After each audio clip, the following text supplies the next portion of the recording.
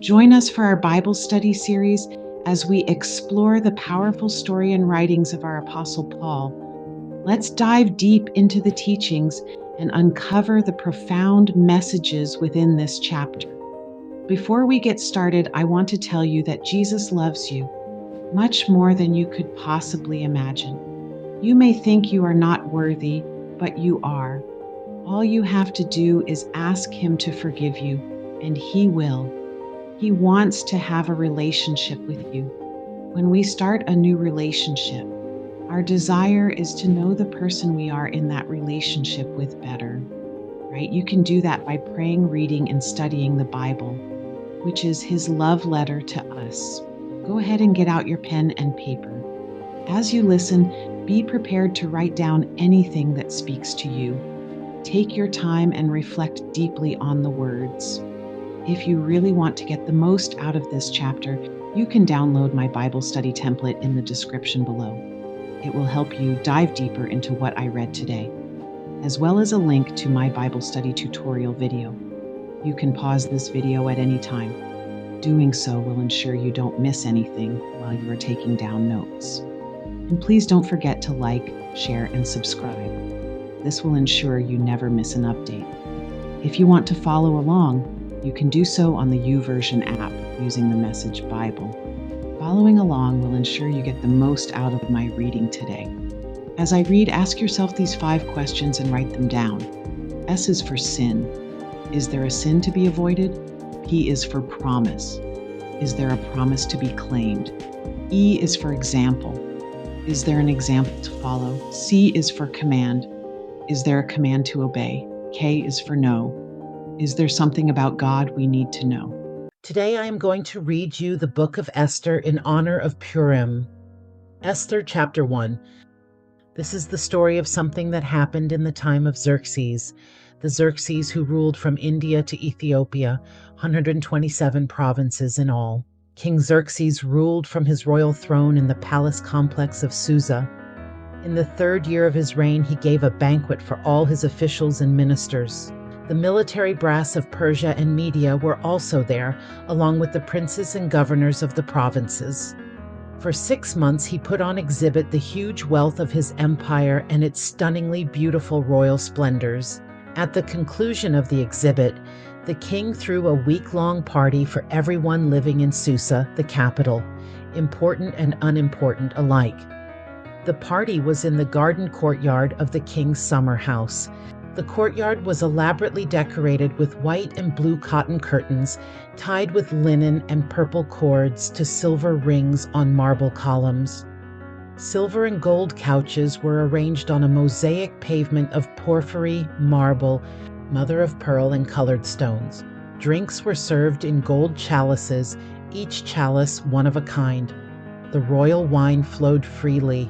A generous king. The guests could drink as much as they liked. King's orders, with waiters at their elbows to refill the drinks. Meanwhile, Queen Vashti was throwing a separate party for women inside King Xerxes' royal palace. On the 7th day of the party, the king, high on the wine, ordered the 7 eunuchs who were his personal servants, Mehuman, Biztha, Harbona, Bigtha, Abagtha, Zethar, and Carcass, to bring him Queen Vashti resplendent in her royal crown. He wanted to show off her beauty to the guests and officials. She was extremely good-looking, but Queen Vashti refused to come, refused the summons delivered by the eunuchs. The king lost his temper. Seething with anger over her insolence, the king called in his counselors, all experts in legal matters. It was the king's practice to consult his expert advisors. Those closest to him were Karshena, Shethar, Admatha, Tarshish, Maris, Marsena, and Memucan, the 7 highest-ranking princes of Persia and Media, the inner circle with access to the king's ear. He asked them what legal recourse they had against Queen Vashti for not obeying King Xerxes' summons delivered by the eunuchs. Memucan spoke up in the council of the king and princes. It's not only the king Queen Vashti has insulted, it's all of us, leaders and people alike, in every last one of King Xerxes' provinces. The word's gonna get out. Did you hear the latest about Queen Vashti? King Xerxes ordered her to be brought before him, and she wouldn't do it. When the women hear it, they'll start treating their husbands with contempt. The day the wives of the Persian and Mede officials get wind of the queen's brazenness, they'll be out of control. Is that what we want? A country of angry women who don't know their place? So, if the king agrees, let him pronounce a royal ruling and have it recorded in the laws of the Persians and Medes so that it cannot be revoked, that Vashti is permanently banned from King Xerxes' presence. And then let the king give her royal position to a woman who knows her place. When the king's ruling becomes public knowledge throughout the kingdom, extensive as it is, every woman, regardless of her social position, will show proper respect to her husband. The king and the princes liked this. The king did what Memucan proposed. He sent bulletins to every part of the kingdom, to each province in its own script, to each people in their own language. Every man is master of his own house. Whatever he says goes. Esther chapter 2. Later, when King Xerxes' anger had cooled and he was having second thoughts about what Vashti had done and what he had ordered against her, the king's young attendants stepped in and got the ball rolling. Let's begin a search for beautiful young virgins for the king. Let the king appoint officials in every province of his kingdom to bring every beautiful young virgin to the palace complex of Susa and to the harem run by Haggai, the king's eunuch who oversees the women. He will put them through their beauty treatments. Then let the girl who best pleases the king be made queen in place of Vashti. The king liked this advice and took it. Now there was a Jew who lived in the palace complex in Susa. His name was Mordecai, the son of Jair, the son of Shimei, the son of Kish, a Benjaminite. His ancestors had been taken from Jerusalem with the exiles and carried off with King Jehoiachin of Judah by King Nebuchadnezzar of Babylon into exile. Mordecai had raised his cousin Hadassah, otherwise known as Esther, since she had no father or mother. The girl had a good figure and a beautiful face. After her parents died, Mordecai had adopted her. When the king's order had been publicly posted, many young girls were brought to the palace complex of Susa and given over to Haggai, who was overseer of the women. Esther was among them. Haggai liked Esther and took a special interest in her. Right off, he started her beauty treatments, ordered special food, assigned her 7 personal maids from the palace, and put her and her maids in the best rooms in the harem. Esther didn't say anything about her family and racial background because Mordecai had told her not to. Every day Mordecai strolled beside the court of the harem to find out how Esther was and get news of what she was doing. Each girl's turn came to go into King Xerxes after she had completed the 12 months of prescribed beauty treatments, 6 months treatment with oil of myrrh, followed by 6 months with perfumes and various cosmetics. When it was time for the girl to go to the king, she was given whatever she wanted to take with her when she left the harem for the king's quarters. She would go there in the evening. In the morning, she would return to a second harem overseen by Shashgaz, the king's eunuch in charge of the concubines.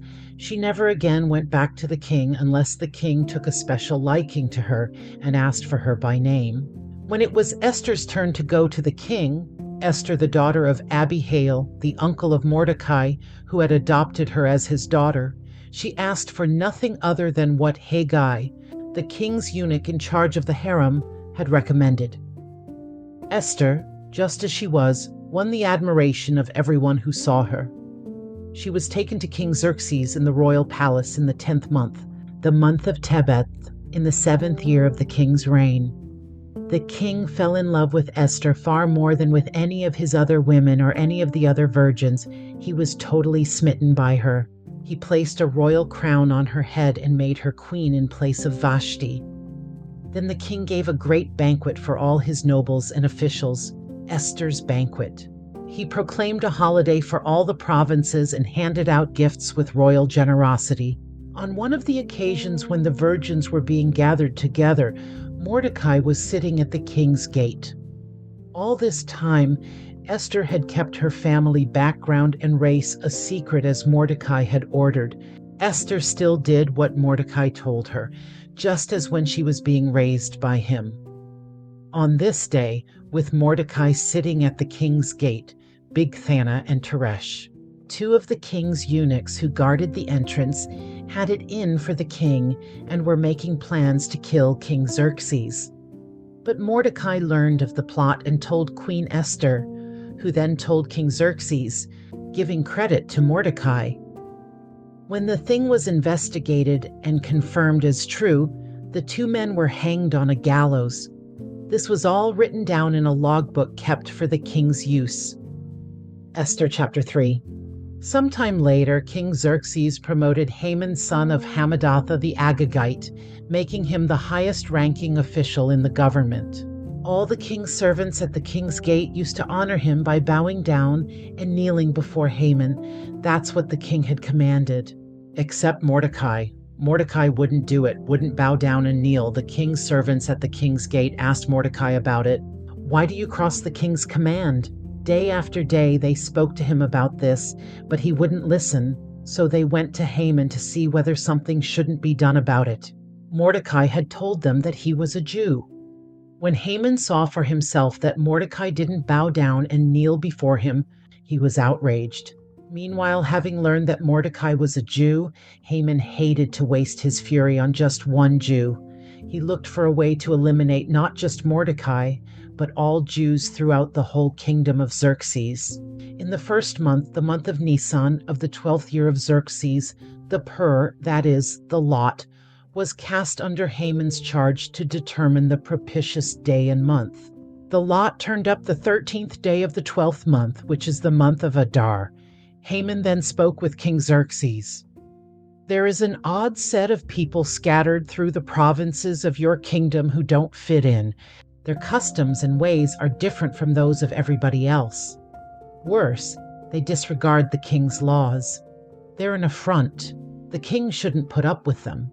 If it please the king, let orders be given that they be destroyed. I'll pay for it myself. I'll deposit 375 tons of silver in the royal bank to finance the operation." The king slipped his signet ring from his hand and gave it to Haman, son of Hammedatha the Agagite, archenemy of the Jews. "Go ahead," the king said to Haman. "It's your money. Do whatever you want with those people." The king's secretaries were brought in on the 13th day of the first month. The orders were written out word for word as Haman had addressed them to the king's satraps, the governors of every province, and the officials of every people. They were written in the script of each province and the language of each people in the name of King Xerxes and sealed with the royal signet ring. Bulletins were sent out by couriers to all the king's provinces with orders to massacre, kill, and eliminate all the Jews, youngsters and old men, women and babies, on a single day, the 13th day of the 12th month, the month Adar, and to plunder their goods. Copies of the bulletin were to be posted in each province, publicly available to all peoples, to get them ready for that day. At the king's command, the couriers took off. The order was also posted in the palace complex of Susa. The king and Haman sat back and had a drink while the city of Susa reeled from the news. Esther chapter 4. When Mordecai learned what had been done, he ripped his clothes to shreds and put on sackcloth and ashes. Then he went out in the streets of the city, crying out in loud and bitter cries. He came only as far as the king's gate, for no one dressed in sackcloth was allowed to enter the king's gate. As the king's order was posted in every province, there was loud lament among the Jews, fasting, weeping, wailing, and most of them stretched out on sackcloth and ashes. Esther's maids and eunuchs came and told her. The queen was stunned. She sent fresh clothes to Mordecai so he could take off his sackcloth, but he wouldn't accept them. Esther called for Hathach, one of the royal eunuchs whom the king had assigned to wait on her, and told him to go to Mordecai and get the full story of what was happening. So Hathach went to Mordecai in the town square in front of the king's gate. Mordecai told him everything that had happened to him. He also told him the exact amount of money that Haman had promised to deposit in the royal bank to finance the massacre of the Jews. Mordecai also gave him a copy of the bulletin that had been posted in Susa ordering the massacre so he could show it to Esther when he reported back with instructions to go to the king and intercede and plead with him for her people. Hathach came back and told Esther everything Mordecai had said. Esther talked it over with Hathach and then sent him back to Mordecai with this message. Everyone who works for the king here, and even the people out in the provinces, knows that there is a single fate for every man or woman who approaches the king without being invited: death. The one exception is if the king extends his gold scepter, then he or she may live. And it's been 30 days now since I've been invited to come to the king. When Hathach told Mordecai what Esther had said, Mordecai sent her this message. Don't think that just because you live in the king's house, you're the one Jew who will get out of this alive. If you persist in staying silent at a time like this, help and deliverance will arrive for the Jews from someplace else. But you and your family will be wiped out. Who knows? Maybe you were made queen for just such a time as this. Esther sent back her answer to Mordecai. Go and get all the Jews living in Susa together. Fast for me. Don't eat or drink for 3 days, either day or night. I and my maids will fast with you. If you will do this, I'll go to the king, even though it's forbidden. If I die, I die. Mordecai left and carried out Esther's instructions. Esther chapter 5. 3 days later, Esther dressed in her royal robes and took up a position in the inner court of the palace in front of the king's throne room. The king was on his throne facing the entrance. When he noticed Queen Esther standing in the court, he was pleased to see her. The king extended the gold scepter in his hand. Esther approached and touched the tip of the scepter. The king asked, "And what's your desire, Queen Esther? What do you want? Ask, and it's yours, even if it's half my kingdom." "If it please the king," said Esther, "let the king come with Haman to a dinner I've prepared for him." "Get Haman at once," said the king, "so we can go to dinner with Esther." So the king and Haman joined Esther at the dinner she had arranged. As they were drinking the wine, the king said, "Now, what is it you want? Half of my kingdom isn't too much to ask." "Just ask," Esther answered. "Here's what I want. If the king favors me and is pleased to do what I desire and ask, let the king and Haman come again tomorrow to the dinner that I will fix for them. Then I'll give a straight answer to the king's question." Haman left the palace that day happy, beaming, and then he saw Mordecai sitting at the king's gate ignoring him, oblivious to him. Haman was furious with Mordecai, but he held himself in and went on home. He got his friends together with his wife Zeresh and started bragging about how much money he had, his many sons, all the times the king had honored him, and his promotion to the highest position in the government. "On top of all that," Haman continued, "Queen Esther invited me to a private dinner she gave for the king, just the 3 of us, and she's invited me to another one tomorrow. But I can't enjoy any of it when I see Mordecai the Jew sitting at the king's gate." His wife Zeresh and all his friends said, "Build a gallows 75 feet high. First thing in the morning, speak with the king. Get him to order Mordecai hanged on it. Then happily go with the king to dinner." Haman liked that. He had the gallows built. Esther chapter 6. That night the king couldn't sleep. He ordered the record book, the day-by-day journal of events, to be brought and read to him. They came across the story there about the time that Mordecai had exposed the plot of Bigthana and Teresh, the 2 royal eunuchs who guarded the entrance and who had conspired to assassinate King Xerxes. The king asked, "What great honor was given to Mordecai for this?" "Nothing," replied the king's servants who were in attendance. "Nothing has been done for him." The king said, "Is there anybody out in the court?" Now Haman had just come into the outer court of the king's palace to talk to the king about hanging Mordecai on the gallows he had built for him. The king's servants said, "Haman is out there waiting in the court." "Bring him in," said the king.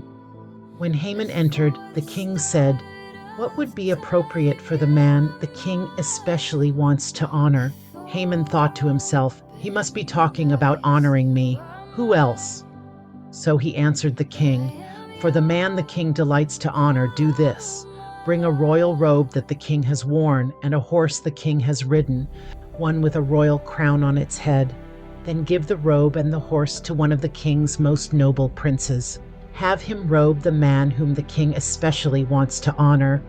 Have the prince lead him on horseback through the city square, proclaiming before him, 'This is what is done for the man whom the king especially wants to honor.'" "Go and do it," the king said to Haman. "Don't waste another minute. Take the robe and horse and do what you have proposed to Mordecai the Jew who sits at the king's gate. Don't leave out a single detail of your plan." So Haman took the robe and horse. He robed Mordecai and led him through the city square, proclaiming before him, "This is what is done for the man whom the king especially wants to honor." Then Mordecai returned to the king's gate, but Haman fled to his house, thoroughly mortified, hiding his face. When Haman had finished telling his wife Zeresh and all his friends everything that had happened to him, his knowledgeable friends who were there and his wife Zeresh said, "If this Mordecai is in fact a Jew, your bad luck has only begun. You don't stand a chance against him. You're as good as ruined." While they were still talking, the king's eunuchs arrived and hurried Haman off to the dinner that Esther had prepared. Esther chapter 7. So the king and Haman went to dinner with Queen Esther. At this second dinner, while they were drinking wine, the king again asked, "Queen Esther, what would you like?" "Half of my kingdom, just ask, and it's yours." Queen Esther answered, "If I have found favor in your eyes, O king, and if it please the king, give me my life and give my people their lives. We've been sold, I and my people, to be destroyed, sold to be massacred, eliminated. If we had just been sold off into slavery, I wouldn't even have brought it up. Our troubles wouldn't have been worth bothering the king over." King Xerxes exploded. "Who? Where is he? This is monstrous." "An enemy, an adversary, this evil Haman," said Esther. Haman was terror-stricken before the king and queen. The king, raging, left his wine and stomped out into the palace garden. Haman stood there pleading with Queen Esther for his life. He could see that the king was finished with him and that he was doomed. As the king came back from the palace garden into the banquet hall, Haman was groveling at the couch on which Esther reclined. The king roared out, "Will he even molest the queen while I'm just around the corner?" When that word left the king's mouth, all the blood drained from Haman's face. Harbona, one of the eunuchs attending the king, spoke up, "Look over there. There's the gallows that Haman had built for Mordecai, who saved the king's life. It's right next to Haman's house, 75 feet high." The king said, "Hang him on it." So Haman was hanged on the very gallows that he had built for Mordecai, and the king's hot anger cooled. Esther chapter 8. That same day, King Xerxes gave Queen Esther the estate of Haman, archenemy of the Jews, and Mordecai came before the king because Esther had explained their relationship. The king took off his signet ring, which he had taken back from Haman, and gave it to Mordecai. Esther appointed Mordecai over Haman's estate. Then Esther again spoke to the king, falling at his feet, begging with tears to counter the evil of Haman the Agagite and revoke the plan that he had plotted against the Jews. The king extended his gold scepter to Esther. She got to her feet and stood before the king. She said, "If it please the king and he regards me with favor and thinks this is right, and if he has any affection for me at all, let an order be written that cancels the bulletins authorizing the plan of Haman's son of Hammedatha the Agagite to annihilate the Jews in all the king's provinces." How can I stand to see this catastrophe wipe out my people? How can I bear to stand by and watch the massacre of my own relatives? King Xerxes said to Queen Esther and Mordecai the Jew, I've given Haman's estate to Esther, and he's been hanged on the gallows because he attacked the Jews. So go ahead now and write whatever you decide on behalf of the Jews. Then seal it with the signet ring. An order written in the king's name and sealed with his signet ring is irrevocable.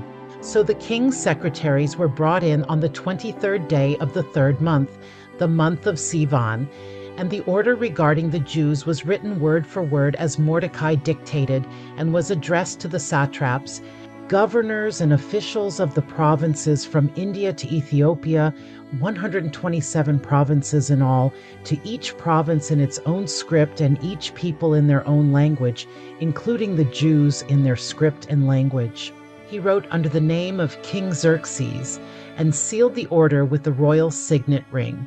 He sent out the bulletins by couriers on horseback, riding the fastest royal steeds bred from the royal stud. The king's order authorized the Jews in every city to arm and defend themselves to the death, killing anyone who threatened them or their women and children, and confiscating for themselves anything owned by their enemies. The day set for this in all King Xerxes' provinces was the 13th day of the 12th month, the month of Adar. The order was posted in public places in each province so everyone could read it, authorizing the Jews to be prepared on that day to avenge themselves on their enemies. The couriers, fired up by the king's order, raced off on their royal horses. At the same time, the order was posted in the palace complex of Susa. Mordecai walked out of the king's presence wearing a royal robe of violet and white, a huge gold crown, and a purple cape of fine linen. The city of Susa exploded with joy. For Jews, it was all good times and laughter. They celebrated. They were honored. It was that way all over the country, in every province, every city, when the king's bulletin was posted. The Jews took to the streets in celebration, cheering and feasting. Not only that, but many non-Jews became Jews. Now it was dangerous not to be a Jew. Esther chapter 9. On the 13th day of the 12th month, the month of Adar, the king's order came into effect. This was the very day that the enemies of the Jews had planned to overpower them, but the tables were now turned. The Jews overpowered those who hated them. The Jews had gathered in the cities throughout King Xerxes' provinces to lay hands on those who were seeking their ruin. Not one man was able to stand up against them. Fear made cowards of them all. What's more, all the government officials, satraps, governors, everyone who worked for the king, actually helped the Jews because of Mordecai. They were afraid of him. Mordecai by now was a power in the palace. As Mordecai became more and more powerful, his reputation had grown in all the provinces.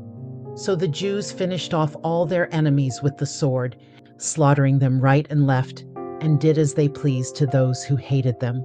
In the palace complex of Susa, the Jews massacred 500 men. They also killed the 10 sons of Haman, son of Hammedatha, the archenemy of the Jews, Parshandatha, Dalphon, Aspatha, Paratha, Adalia, Aridatha, Parmashta, Arisai, Aridai, Vaizatha, but they took no plunder. That day, when it was all over, the number of those killed in the palace complex was given to the king. The king told Queen Esther, in the palace complex alone here in Susa, the Jews have killed 500 men, plus Haman's 10 sons. Think of the killing that must have been done in the rest of the provinces. What else do you want? Name it, and it's yours. Your wish is my command. If it please the king, Queen Esther responded, give the Jews of Susa permission to extend the terms of the order another day, and have the bodies of Haman's 10 sons hanged in public display on the gallows. The king commanded it. The order was extended. The bodies of Haman's 10 sons were publicly hanged. The Jews in Susa went at it again. On the 14th day of Adar, they killed another 300 men in Susa. But again, they took no plunder. Meanwhile, in the rest of the king's provinces, the Jews had organized and defended themselves, freeing themselves from oppression. On the 13th day of the month of Adar, they killed 75,000 of those who hated them, but did not take any plunder.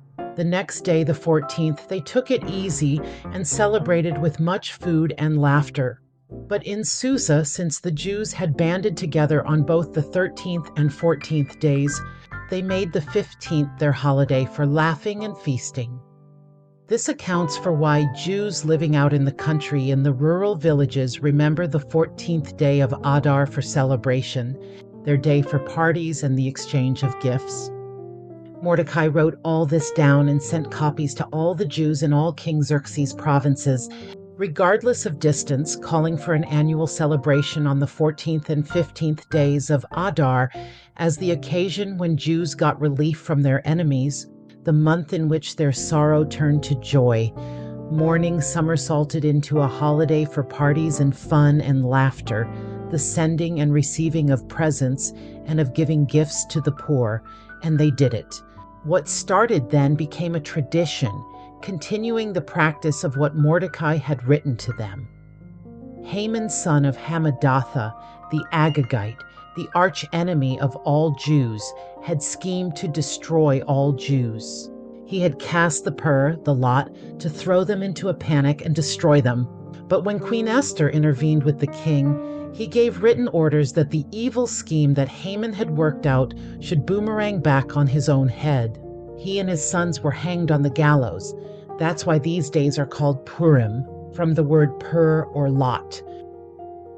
Therefore, because of everything written in this letter, and because of all that they had been through, the Jews agreed to continue. It became a tradition for them, their children, and all future converts to remember these 2 days every year on the specified dates set down in the letter. These days are to be remembered and kept by every single generation, every last family, every province and city. These days of Purim must never be neglected among the Jews. The memory of them must never die out among their descendants. Queen Esther, the daughter of Abihail, backed Mordecai the Jew, using her full queenly authority in this second Purim letter to endorse and ratify what he wrote. Calming and reassuring letters went out to all the Jews throughout the 127 provinces of Xerxes' kingdom to fix these days of Purim their assigned place on the calendar, dates set by Mordecai the Jew, what they had agreed to for themselves and their descendants regarding their fasting and mourning. Esther's word confirmed the tradition of Purim and was written in the book. Esther chapter 10. King Xerxes imposed taxes from one end of his empire to the other. For the rest of it, King Xerxes' extensive accomplishments, along with a detailed account of the brilliance of Mordecai, whom the king had promoted, that's all written in the Chronicles of the Kings of Media and Persia. Mordecai the Jew ranked second in command to King Xerxes. He was popular among the Jews and greatly respected by them. He worked hard for the good of his people. He cared for the peace and prosperity of his race.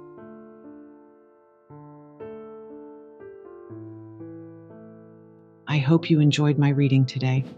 Now let's take a moment to review the spec method questions again. Ask yourself these 5 questions and write them in your notebook. Reflect on each question carefully and write down your thoughts and insights. S is for sin. Is there a sin to be avoided? P is for promise. Is there a promise to be claimed? E is for example. Is there an example to follow? C is for command. Is there a command to obey? K is for no. Is there something about God we need to know? You can go through the steps in my Bible study template in the link below.